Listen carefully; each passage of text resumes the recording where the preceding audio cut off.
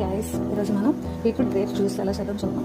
పిల్లలకి బీట్రూట్ పెడితే నార్మల్గా అయితే తినరు, ఇష్టంగా తినరు కదా. ఇలా చేసి పెట్టారనుకో మంచిగా గ్రేప్స్ జ్యూస్ అంతా తాగేస్తారు. మీరు కూడా పిల్లలకి ఇలా చేసి పెట్టండి. చూడండి, ఫస్ట్ బీట్రూట్ గ్రేప్స్ వేసుకున్నాం. నెక్స్ట్ షుగర్ వేసుకోవాలి. చేసుకున్నాం. కొంచెం వాటర్ వేసుకున్నాం. గ్రైండ్ చేసుకున్నాం. అయిపోయిందండి. కటింగ్ పెట్టుకుందాం. ఎందుకంటే ఇందులో కొంచెం చిన్న పిక్కలు గ్రేప్స్ పిక్కలే ఉంటాయి కదా. ఇలా అయితే పిల్లలు ఇష్టంగా తాగుతారు. అలా పెట్టేసుకుందాం. చూడండి, మంచిగా అయిపోయింది కదా. ఇది పడేస్తాను. అయిపోయింది. Grape juice